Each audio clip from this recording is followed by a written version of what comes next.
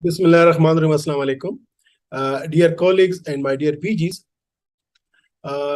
in the last two videos, we discussed the structure of the hepatitis B virus, its genome, and then the life cycle of the hepatitis B virus, how it enters the hepatocytes, where nucleus में जब hepatitis B virus जाता है वहाँ पे RCC DNA से CCC DNA कैसे बनता है, फिर उसके CCC DNA की टेम्पलेट्स जो बनती हैं और फिर सरफेस एंटीजन बनाता है, न्यूक्लियोकैप्सिड बनाता है और how it the cycle goes on और फिर इम्यूनिटी कैसे उस पर एक्ट करती है। तो ये तमाम चीजें we discussed and today's video we will be discussing the serological patterns of chronic hepatitis B virus patients, other तमाम जो हेपेटाइटिस बी वायरस इन्फेक्शन है, and we will try to understand कि सीरोलॉजी को देख के हम कैसे डिटरमिन कर सकते हैं कि किस स्टेज में हमारा पेशेंट्स है और आया इसको ट्रीटमेंट की जरूरत है कि नहीं है। तो this study is very important for all the serology जो अब तक हम डिस्कस करते रहे हैं, उसके क्लिनिकल इम्प्लीकेशंस क्या हैं। तो लेट्स सी के what is the serological patterns of chronic hepatitis B patients rather all hepatitis B patients.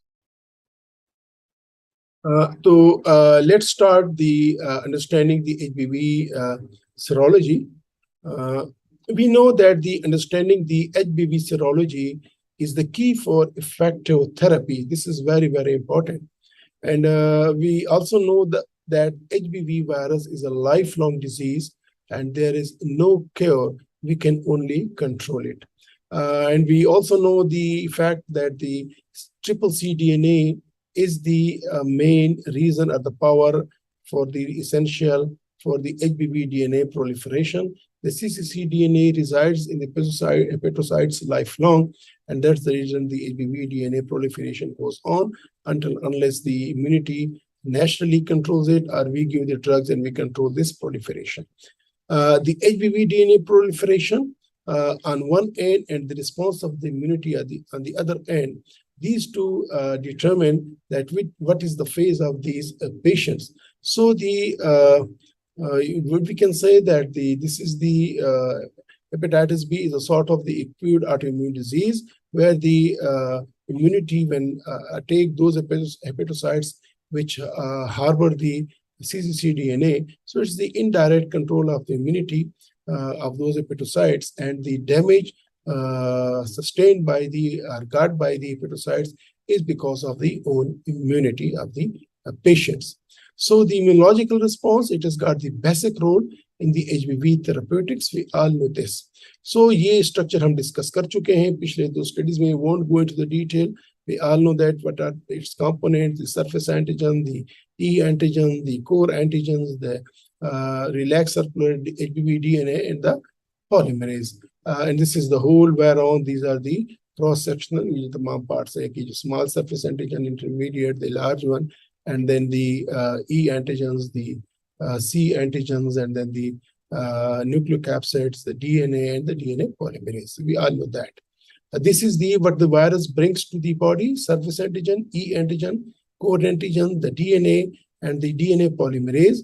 And we cannot detect in clinical practice. Yes, it has become a new marker. Hopefully, it will be available very soon in the market for the clinical purpose. Still, it's for the research purpose. But till now, we can detect the surface antigen, E antigen, DNA. This is what we detect. And this is what the body makes the antibodies against these, the anti-HBs, anti-HBe, and then the anti-HBc, either in the acute phase IgM and then in the chronic phase IgG. So basically, the antigen-antibody interplay or the outcome of these two determines which phase the patient is. So antigen, HBs virus लाते हैं अपने साथ, surface antigen, E antigen, core antigen, DNA और antibody, ये body बनाती है, body की immunity बनाती है, एंटी-HBs, anti-HBc and the core IgM and total. So इन दोनों का जो आउटकम होता है, it determines के पेशेंट का हेपेटाइटिस बी किस फेज में है. तो ये बेसिक इंटरेक्शन है और ये आपको याद रखना चाहिए कि ये भी क्या है, इम्यूनिटी जाग रही है कि इम्यूनिटी सो रही है. This is very very important. This is you must have seen ये नेट पे ये अवेलेबल है कि when the patients acute hepatitis B हो जाता है, रिकवरी स्पेस में होता क्या है कि this is the E antigen जो पहले पॉजिटिव होता है फिर नेगेटिव हो जाता है और ये एंटी एच बी फिर इसमें जा रहा होता है। इसके बाद फिर ये आपका this is the base antigen, वो एच बेस एंटीजन जो कि एक्यूट में चला जाता है। This is the then antibodies जो कि जा रही होती हैं। This anti H base remains there. अगर सरफेस एंटीजन आया और ये नेगेटिव हो गया तो anti H base antigen will be positive life long. और ये जो आपका आता है अपना IgM कोर एंटीबॉडीज और ये फिर टोटल एंटीबॉडीज दे परसिस्ट। तो एक्यूट फेज में HBs एंटीजन पॉजिटिव होता है, एंटी HBE HBC जो HB एंटीजन पॉजिटिव होता है और IgM एंटी HBC पॉजिटिव होती है। और जब ये रिकवर करता है तो सरफेस एंटीजन नेगेटिव हो जाता है, you get the anti HBS anti HBE and the anti HBC total.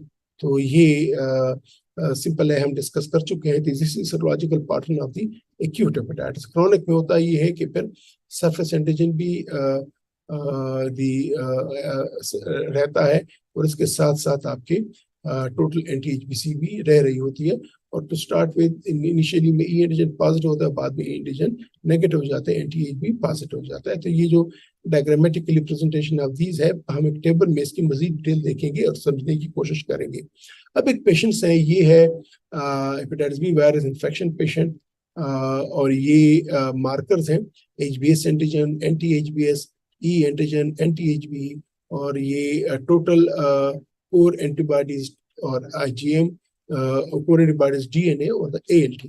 Acute phase में वी ऑल नो कि सरफेस एंटीजन पॉजिटिव होगा, एंटी HBs नेगेटिव होगा क्योंकि सरफेस एंटीजन पॉजिटिव है, बॉडी ने भी इम्यूनिटी नहीं बनाई है। इस तरह ई एंटीजन पॉजिटिव होगा और ई एंटीबॉडी नेगेटिव होगी क्योंकि अभी ह्यूमन पेशेंट ने एंटीबॉडीज नहीं बनाई है। इसी तरह IgM और IgG दोनों पॉजिटिव हो सकते हैं। शुरू में IgM होता है, बाद में टोटल हो जाता है, लेकिन दोनों पॉजिटिव होते हैं। DNA भी PCR वेरी हाई होता है और ALT रेज्ड होती है। तो एक्यूट फेज में this is the pattern what we see, HBs antigen positive, E antigen positive, IgM total positive may be accompanied by total as well. The DNA PCR is positive and the ALT is normal. That's the reason हम acute hepatitis B में PCR नहीं करते, हम check करते हैं, wait करते हैं for 6 months। अगर पेशेंट स्टेबल है और पेशेंट अमूमन खुद सीरो कन्वर्ट कर जाते हैं, HBs एंटीजन का फिर जरूरत नहीं पड़ती। हमारे बहुत सारे कोलीग्स इस स्टेज में PCR करते हैं और फिर पेशेंट कहता है कि हमें ड्रग्स दो, वो ड्रग देते नहीं है, कभी करा देते हैं। We should be waiting for, अगर पेशेंट स्टेबल है, use 6 times 7 months times the patient recover, तो इट्स ऑल ओके। अब अगर पेशेंट्स इम्यून क्रोनिक हेपेटाइटिस में आ गया तो जिस तरह हम बोलते हैं कि इसके 4 फेजेस हैं, immune tolerant phase, immune reactive phase, immune control phase, immune escape phase. तो यहाँ पे क्या होगा, उसके बाद अगर पास्ट हेपेटाइटिस बी वायरस है फिर कैसे सीरोलॉजी आएगी, और अगर पेशेंट ने वैक्सीन किया है फिर कैसे सीरोलॉजी आएगी। अब ये पेशेंट्स है जो कि एक्यूट हुआ था, एक्यूट में उसका बेस एंटीजन पॉजिटिव था, ई एंटीजन पॉजिटिव था, एंटीबॉडीज IgM और टोटल दोनों पॉजिटिव थी, PCR भी पॉजिटिव था, ALT भी रेस था। जब ये पूरी तरह कन्वर्ट कर जाएगा, जो कि एक्यूट हेपेटाइटिस बी रिकवर कर जाता है, तो इसमें होगा क्या कि surface antigen will B negative, लेकिन अब एंटी HBs पॉजिटिव होगा because with the help of this antibodies the surface antigen has become negative। इसी तरह E एंटीजन नेगेटिव होगा लेकिन E एंटीबॉडी पॉजिटिव होगी, और जब कोर एंटीबॉडीज में आएंगे तो IgM नेगेटिव होगा, टोटल पॉजिटिव रहेगा, PCR नेगेटिव हो जाएगा और ALT विल बी नॉर्मल। तो एक्यूट हेपेटाइटिस बी और पास्ट हेपेटाइटिस बी ये एक दूसरे के मिरर इमेजेस बन जाएंगे। तो सिंपल दैट, ठीक है। तो ये this will be the serological pattern of the recovered case. अब अगर क्रोनिक में आया तो यहाँ पे कहानी चेंज हो जाती है। First phase of the chronic hepatitis B which is immune tolerant phase, HBs antigen positive है, automatically we know it will be by default negative. E antigen positive है, ई एंटीबॉडी नेगेटिव है। इसमें अब चूंकि chronic phase में आ गया है तो IgM तो थ्रू आउट नेगेटिव रहेगा, लेकिन अब टोटल एंटीबॉडीज भी थ्रू आउट पॉजिटिव होगी। DNA लेवल होते हैं, पॉजिटिव होता है, लेवल ज्यादा रहता है, लेकिन ALT नॉर्मल है क्योंकि इम्यूनिटी इस पे अटैक नहीं कर रही है। तो this is the immune tolerant phase serology. अब अगर इम्यून रिएक्टिव होता तो ये याद रखिएगा कि क्रोनिक हेपेटाइटिस के तमाम चारों फेजेस में HBs एंटीजन रिमेन्स पॉजिटिव और anti-HBs रिमेन्स नेगेटिव। ठीक है, ये तो याद रखिएगा। तो पहले दो फेजेस में E antigen will be positive, immune tolerant में भी पॉजिटिव था, इम्यून रिएक्टिव में भी पॉजिटिव है, और by default the antibodies will be negative. ये मैंने बोला कि थ्रू आउट 4 फेजेस में, बल्कि बाकी फेजेस में भी ये टोटल एंटीबॉडीज पॉजिटिव होगी, लेकिन IgM इधर नेगेटिव होगी। यहाँ पे PCR पॉजिटिव होता है, लेकिन लेवल उसका थोड़ा सा कम हो जाता है, बिकॉज अब इम्यूनिटी अटैक कर रही है उन हेपेटोसाइट्स पे जिनमें हेपेटाइटिस बी वायरस जा रहा है और उसको कंट्रोल कर रहा है। ठीक है, और ALT is the raised in these patients because यहाँ पे इम्यूनिटी कंट्रोल कर रही है। तो जिस तरह के मैंने बोला कि अब इम्यून रेट के फेज में चेंज यहाँ हो जाती है कि ALT रेज कर जाती है, और बिकॉज अब इम्यूनिटी अटैक कर रही है उन हेपेटोसाइट्स पे कि जहाँ पे हेपेटाइटिस बी वायरस है, तो अब बी वायरल लोड कम होना शुरू हो जाता है। No coming to the third phase, मैंने पहले बोला है कि सरफेस एंटीजन में पॉजिटिव रहना है, एंटी-HB से नेगेटिव रहना है। अब यहाँ पे चेंज होता ही है कि ई एंटीजन अब नेगेटिव हो गया, सीरो कन्वर्ट कर गया, तो ई एंटीबॉडी पॉजिटिव हो गई, टोटल एंटीबॉडीज रिमेन्स पॉजिटिव, और अब viral load is less than 2000, तो अब ये कंट्रोल हो गया, या नेगेटिव हो जाता है, लेस देन 2000 हो जाता है, और इम्यूनिटी अगेन अपना काम करके रिलैक्स कर जाती है, तो ALT इज नॉर्मल अगेन। और जब ये इम्यून एस्केप फेज होता है, तो उस फेज में होता क्या है कि अगेन ALT राइज करना शुरू कर देती है, बिकॉज अब वायरस प्रोलिफरेट कर रहा है और इम्यूनिटी दोबारा अटैक कर रही है। तो अगर हम देखें कि क्रोनिक हेपेटाइटिस के फेज में, चारों फेजेस में, immune tolerant phase, immune reactive phase, immune control phase और इम्यून एस्केप फेज में HBs antigen through out positive है, anti-HBs थ्रू आउट नेगेटिव है, core antibodies total through out positive है, IgM through out negative है। Change यहाँ पे आता है कि पहले दो फेजेस में ई एंटीजन पॉजिटिव है और ई एंटीबॉडी नेगेटिव है, जबकि लास्ट 2 फेजेस में ई एंटीजन नेगेटिव है और ई एंटीबॉडी पॉजिटिव है। ठीक है, PCR या वायरल लोड सबसे हेवी रहता है, सबसे ज्यादा रहता है इम्यून टॉलरेंट फेज में, इसके बाद इम्यून रिएक्टिव फेज में, इम्यून एस्केप फेज में या नेगेटिव हो जाता है या 2000 या उससे लेस तक रह सकता है, लेकिन इम्यून एस्केप फेज में अगेन 2000 से राइज करना शुरू कर देता है। ALT पहले फेज में नॉर्मल है क्योंकि इम्यूनिटी कंट्रोल में है, कंट्रोल कर रही है, इम्यून रिएक्टिव फेज में रेज हो गई क्योंकि इम्यूनिटी अब एक्टिव है, और इम्यून कंट्रोल फेज में अगेन नॉर्मल है, और इम्यून एस्केप फेज में ये दोबारा राइज कर रही है। ये तो हो गए serological pattern of acute hepatitis, chronic hepatitis, और अगर पास्ट इन्फेक्शन हुआ है और रिकवर कर गया है। But about the vaccine, vaccine में चूंकि हम वो जो वैक्सीन देते हैं it makes antibodies against HBs antigen, तो उसमें सिर्फ एंटी-HBs आपके पॉजिटिव होंगे, बाकी तमाम प्रोफाइल नेगेटिव होगा, along with the DNA and the ALT will be normal. So this is the main serological main chart कि on the basis of this पर हम पेशेंट्स को प्लेस करते हैं कि आए वो एक्यूट हेपेटाइटिस फेज में है, क्रोनिक हेपेटाइटिस फेज में है, recovered case of hepatitis phase में है, या वैक्सीनेटेड पर्सन है, और अगर क्रोनिक में है तो आए ये ई एंटीजन पॉजिटिव फेज में है, ई एंटीजन नेगेटिव फेज में, ई एंटीजन पॉजिटिव फेज में या तो इम्यून टॉलरेंट होगा या इम्यून रिएक्टिव होगा, और ई एंटीजन नेगेटिव फेज में या इम्यून कंट्रोल होगा या इम्यून एस्केप होगा। कैसे पता चलेगा हमारा पेशेंट इम्यून टॉलरेंट या इम्यून रिएक्टिव फेज में होगा? ये ई एंटीजन पॉजिटिव होगा, लेकिन अगर LT नॉर्मल है तो इम्यून टॉलरेंट फेज है, और अगर LT रेज्ड है तो वो इम्यून रिएक्टिव फेज होगा। PCR दोनों में पॉजिटिव होगा। और कैसे पता चलेगा कि हमारे ई antigen negative patients immune control में है या इम्यून एस्केप में है? अगर LT नॉर्मल है तो ये इम्यून कंट्रोल में है, अगर LT रेज्ड है तो वो इम्यून एस्केप में है। In addition to that immune control phase में LT PCR या तो नेगेटिव होगा या लेस देन 2000 होगा, जबकि इम्यून एस्केप में it will be more than 2000। तो ये एक ओवरऑल एक सिंपल पैटर्न है हाउ वी डिसाइड अबाउट कि हमारा पेशेंट किस फेज में है। तो समराइज करते हैं, ये पेशेंट्स विद एक्यूट हेपेटाइटिस, ये patient with chronic hepatitis, with in 6 months यहाँ पे IgM पॉजिटिव होगी, लेस देन 6 months, और ये रिजॉल्व कर जाता है, और फिर ये पेशेंट इस फेज में होता है जो मैं आपको यहाँ पे ग्रीन बता चुका था। अब आते हैं क्रोनिक फेज में। क्रोनिक फेज में जिस तरह के मैंने बोला कि कोर एंटीबॉडीज जो है वो लाइफ लॉन्ग पॉजिटिव रहती है, ये वाली टोटल, अब ये टोटल लाइफ लॉन्ग पॉजिटिव रहेगी सिवाय वैक्सीन के। ओके, सेकेंड, इसको हम दो फेजेस में डिवाइड कर सकते हैं क्रोनिक हेपेटाइटिस को। एक होगा HBs एंटीजन ओवर्ट फेज, यानी जिसमें HBs एंटीजन पॉजिटिव है, और एक होगा HBs एंटीजन नेगेटिव फेज, जिसमें HBs एंटीजन नेगेटिव होगा। ओवर्ट फेज में HBs antigen is positive, anti HBs is negative, जबकि कोवर्ट फेज में HBs antigen negative and anti HBs will be positive. अब ये यहाँ पे फिर आपको बताऊं, देखिए यहाँ पे HBs एंटीजन थ्रूआउट पॉजिटिव है, और यहाँ पे जब रिकवर करता है नेगेटिव हो जाता है, और एंटी HBs यहाँ पे तमाम नेगेटिव है, यहाँ पे पॉजिटिव होता है। आप ये कह सकते हैं कि वैक्सीनेटेड बंदे में भी तो एंटी HBs पॉजिटिव होता है, बिल्कुल पॉजिटिव होता है, लेकिन यहाँ पे आपका HBs एंटीजन नहीं होता, वो वैक्सीन के जरिए पॉजिटिव हो चुका होता है, और बाकी तमाम प्रोफाइल इसके नेगेटिव होते हैं। जबकि रिकवर्ड फेज में आपके HBs एंटीजन नेगेटिव होगा, लेकिन एंटी HBs के साथ उस पेशेंट्स की ई एंटीबॉडी भी पॉजिटिव होगी, प्लस टोटल 4 एंटीबॉडीज भी पॉजिटिव होगी, जो कि ये दोनों इधर नेगेटिव होंगे। तो this is the way how we differentiate between different phases of this. तो chronic hepatitis patients 4 antibodies life long positive है, it will be either overt or covert. Overt means HBs antigen positive, anti-HBs negative. Covert HBs antigen negative, but anti-HBs probably positive.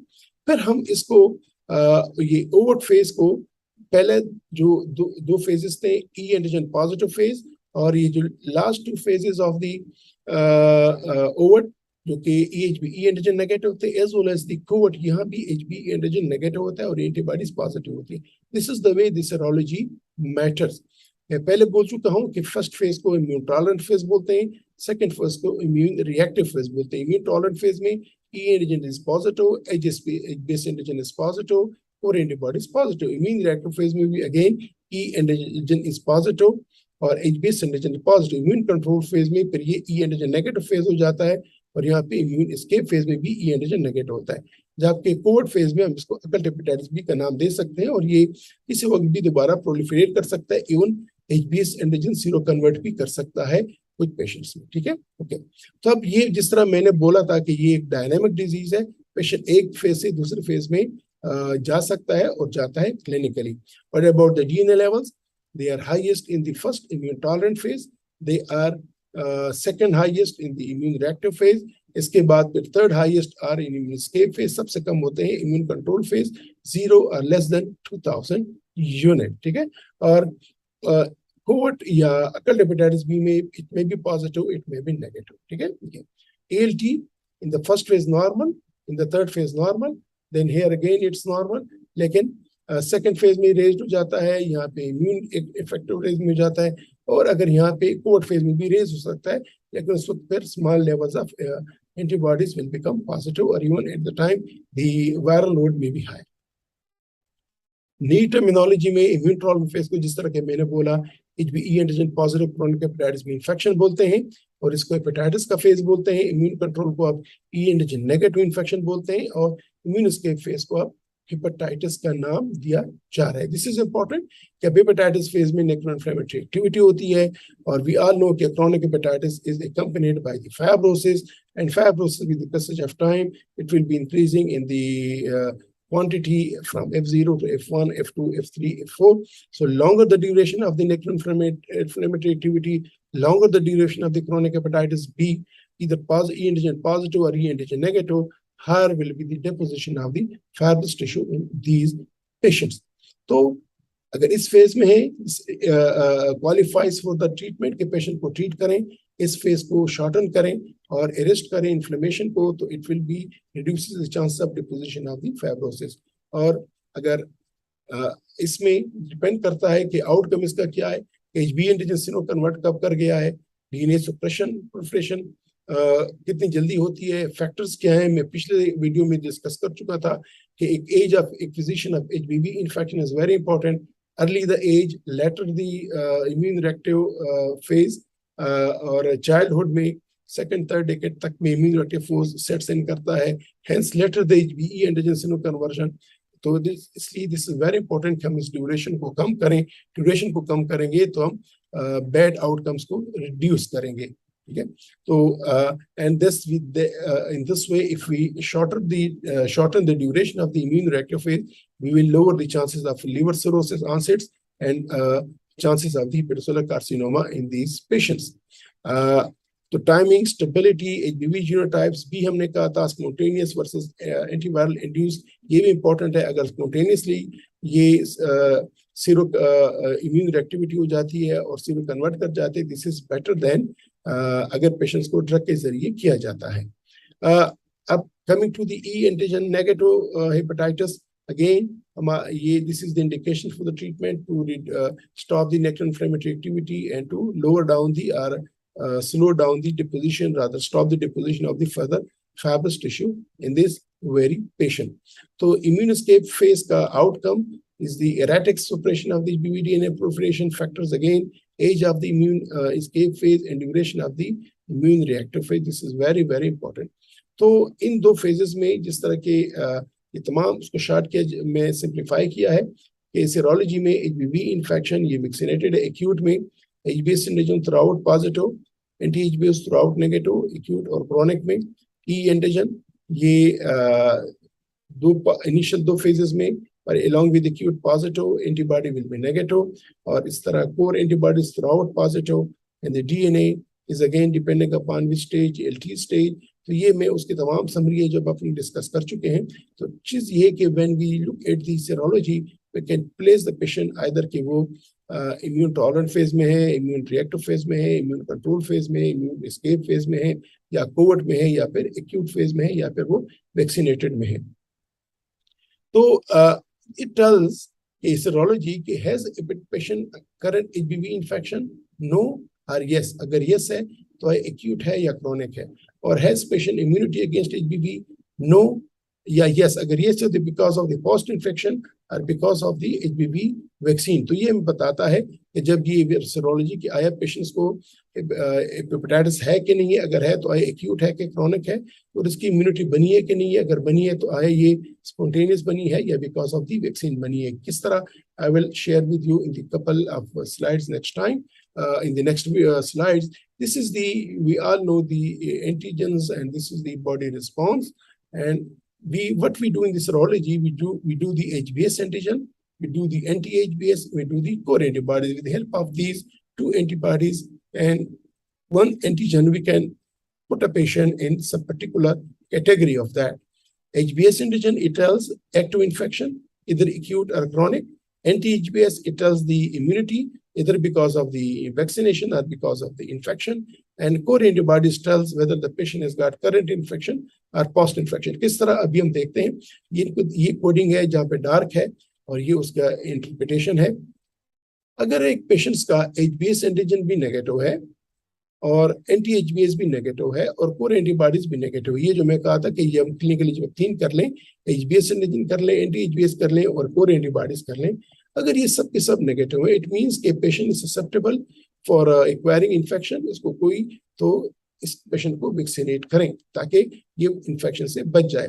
अब अगर patients का HBS antigen negative है, core antibodies negative है, लेकिन इसका HBS anti HBS positive है, इसका मतलब है कि इस पेशेंट्स को वैक्सीनेट किया गया है एंड ही इज और she is immune due to HBV vaccination. ठीक है, अब अगर एंटी HBS के साथ कोर एंटीबॉडीज भी पॉजिटिव हैं, तो इसका मतलब है कि this patient is immune due to resolve HBV infection, resolve HBV infection. ठीक है, इसे ये मुराद है।